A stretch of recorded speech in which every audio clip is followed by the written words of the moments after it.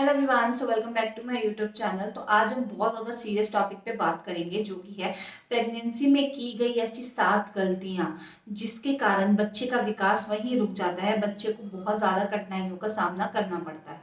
तो देखो, कुछ गलतियां ऐसी होती हैं जो हम नज़रअंदाज कर देते हैं कि नहीं, इससे बच्चे को क्या फर्क पड़ेगा, बट आपके पेट में एक छोटी सी जान पल रही है।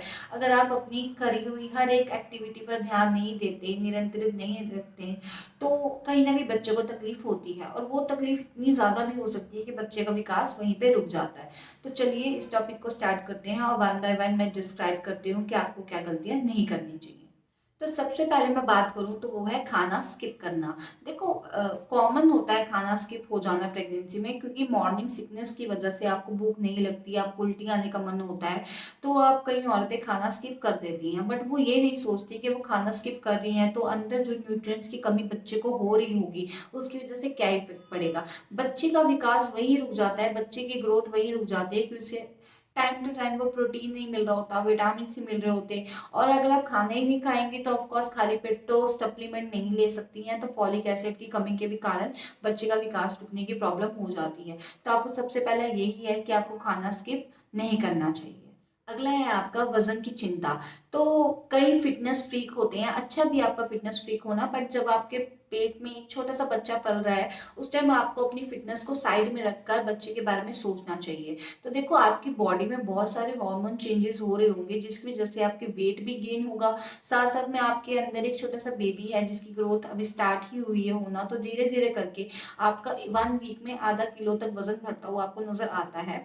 तो ये बहुत ज्यादा कॉमन होता है, बट कई महिलाएं क्या होती है, इस बात को लेकर चिंता कर लेती हैं, जिसकी वजह से स्ट्रेस हो जाता है बहुत ज्यादा, और स्ट्रेस के कारण बच्चे का जो ग्रोथ है वो वहीं पे रुक जाती है। क्योंकि कहा जाता है कि स्ट्रेस ही ऐसी चीज है जिसको सिर्फ एक चीज के कारण आपको 100 तरह की बीमारियां लग सकती है। तो प्रेगनेंसी में स्ट्रेस आपको ही नहीं, आपके बच्चे को भी बहुत ज्यादा हार्म करता है। तो आपको स्ट्रेस नहीं लेना चाहिए, आप मेडिटेशन करें, योगा करें, और वजन की चिंता बिल्कुल ना करें, क्योंकि जैसे ही आपका बेबी डिलीवर होगा आपका वजन उसी फॉर्म में दोबारा आ जाएगा।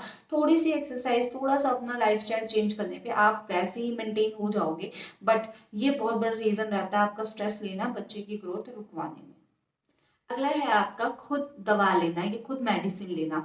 तो इससे क्या पता लगता है, ऑफ कोर्स कई लोग सोच रहे होंगे मेडिसिन खुद ही तो लेते हैं, बट देखो नहीं, प्रेगनेंसी में आपको डोलो, पैरासीटामोल हो गई, या फिर folic acid, vitamin, multivitamin tablet हो गई, इसके अलावा डॉक्टर आपको कोई भी मेडिसिन प्रिस्क्राइब नहीं करते। अगर आपको कोई ज्यादा इश्यू ना हो तो, या फिर कोई ऐसी मेडिसिन हो जो प्रेगनेंसी में सेफ हो ना हो तो आपको कोई भी ऐसी दवाई मेडिसिन प्रिस्क्राइब नहीं की जाती। बट कई बार क्या होता है, पेट फूलने की समस्या, गैस की समस्या, मांसपेशियों में दर्द की समस्या, ये समस्या इतनी ज्यादा बढ़ जाती है कि औरतें जो है वो खुद ही मेडिसिन खा लेती हैं, जिसकी वजह से बच्चे की ग्रोथ में फर्क पड़ता है। क्योंकि कई मेडिसिन जो होती हैं, कई क्या, बहुत सारी ऐसी मेडिसिन है जो प्रेगनेंसी में सेफ नहीं है लेना, बट आपको ना पता होने की वजह से आप ले लेती हैं, और वो बच्चे की ग्रोथ पे दिखता है और बच्चे की ग्रोथ रुक जाती है। तो आपको खुद भी ऐसी कोई मेडिसिन नहीं लेनी चाहिए बिना डॉक्टर की प्रिस्क्रिप्शन के। अगला है आपका फिजिकल एक्टिविटी वाले काम करना। तो देखो, अगर आप वेजिस पे काम करती हैं, आपको पता ही होगा, मजदूरी करते हैं, आप उनको देखकर इंस्पायर हो रही हैं कि वो भी तो इतने काम करते हैं प्रेगनेंसी में। हर एक की बॉडी अलग रिएक्ट करती है, आपको इतना माइंड में रखना चाहिए कि आपको फिजिकल एक्टिविटी बहुत ज्यादा नहीं करनी चाहिए। पहले 3 मंथ्स में मिसकैरेज का खतरा, दूसरे 3 मंथ्स में जो ट्राइमेस्टर होता है, सेकंड ट्राइमेस्टर में आपको बच्चे की ग्रोथ रुकने का खतरा, और लास्ट में प्री मिच्योर डिलीवरी होने का खतरा, ये सब बढ़ जाता है। तो आपको इतना ध्यान रखना चाहिए कि जब भी आप फिजिकल एक्टिविटी करें, आपकी फिजिकल एक्टिविटी में सिर्फ और सिर्फ आपकी एक्सरसाइज होनी चाहिए, योगा होना चाहिए, मेडिटेशन होनी चाहिए, इससे ज्यादा कोई आप फिजिकल एक्टिविटी नहीं करेंगे। क्योंकि बच्चे को अगर दबाव ज्यादा पड़ा तब भी ग्रोथ रुकने का खतरा होता है, और बच्चे के जो बॉडी पार्ट्स डेवलप हो रहे होते हैं वो वहीं पर डेवलप होना बंद कर देते हैं। अगला है जल्दबाजी करना। देखो, जल्दबाजी आपकी बेबी प्लानिंग में भी हो सकती है, जल्दबाजी आपके डॉक्टर सेलेक्ट करने में भी हो सकती है, जल्दबाजी आपकी अपनी प्रेगनेंसी को कैसे आप कंटिन्यू करेंगे, कहाँ पे कंटिन्यू करेंगे, वो भी प्लानिंग में हो सकती है। सबसे पहले तो जल्दबाजी भी लोग करते हैं अपनी प्रेगनेंसी का सोचने में कि आप कब प्रेग्नेंट होना चाहते हैं। क्योंकि अगर आप कह सकते हो कि अगर आप एक ऐसी प्लानिंग के साथ बेबी प्लान करेंगे तो बहुत ज़्यादा अच्छा हो जाता है। अगर आप बिना प्लानिंग के बेबी प्लान करते हो तो एकदम से आपके स्ट्रेस हो जाएगा इतना ज़्यादा, आप कहाँ पे जाएँगे, कहाँ दिखाएँगे, कैसे डॉक्टर से मिलेंगे, इसका प्रोसेस क्या होता है, इसका प्रोसीजर क्या होता है, बहुत ज़्यादा डिफ़िकल्ट हो जाता है। तो आपको एक तो प्लानिंग लेके करना चाहिए। दूसरा, डॉक्टर का चुनाव करते समय बहुत सारी ऐसी चीज़ें हैं जो आप याद रखें, किस डॉक्टर आपको पास पड़ेगा, कौन-सा ऐसा स्पेशलिस्ट है जो नॉर्मल डिलीवरी करवा सकता है, कौन से ऐसे जिसके डिलीवरी के केसेस है वो बहुत ज़्यादा पॉजिटिव में रहे हों, ये सब चीज़ें देखने के बाद आपको करना चाहिए, क्योंकि कई बार क्या होता है आपका एक गलत चुनाव बच्चे की ग्रोथ रुकवा सकता है, क्योंकि कई बार डॉक्टर ज़्यादा विजिट नहीं लेते हैं, आपको नहीं बुलाते। इसकी वजह से जब जब आप जाती हैं आपको पता चलता है कि आपका मिसकैरेज तो 10 दिन पहले हो गया या 15 दिन पहले हो गया। तो ये चीज़ आपको ध्यान में रखनी चाहिए जब भी आप प्रेग्नेंट हो गई हैं, जब भी आप कंसीव करने का सोच रही हैं या जब भी आप डॉक्टर का चुनाव कर रही हैं तो।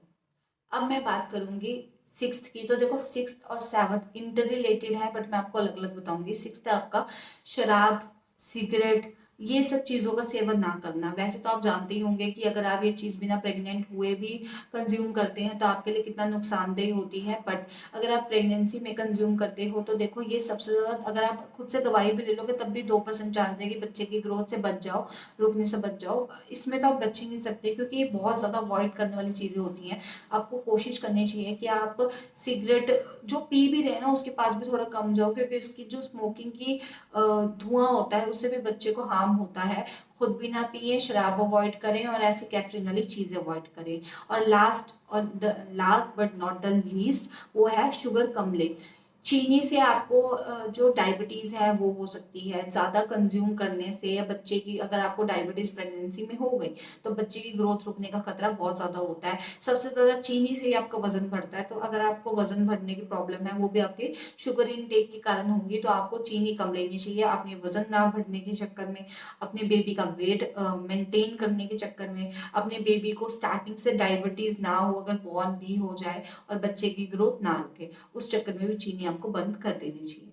तो ये तो थे 7 चीज़ें जिसको करने से बहुत सारी वुमेन्स इसमें से करती होंगी, कुछ ना कुछ हमें पता है, हमें नहीं पता होता, उस टाइम पे हम कर देते हैं। बट अगर आप अवॉइड करोगे तो बच्चे की ग्रोथ नहीं रुकेगी और एक हेल्थी वेल्थी बेबी जो है वो आप लाइक बॉर्न कर पाओगे। तो चलिए ये वीडियो यहीं खत्म करती हूँ। उम्मीद करती हूँ जो मैं आपको समझाना चाहती थी आपको समझ आ गया होगा। अगर तब भी आपको कोई डिफिकल्टी आती है आप मुझे कमेंट में पूछ सकते हो। तो अब मिलती हूँ आपसे अगली वीडियो में, तब तक के लिए बाय बाय।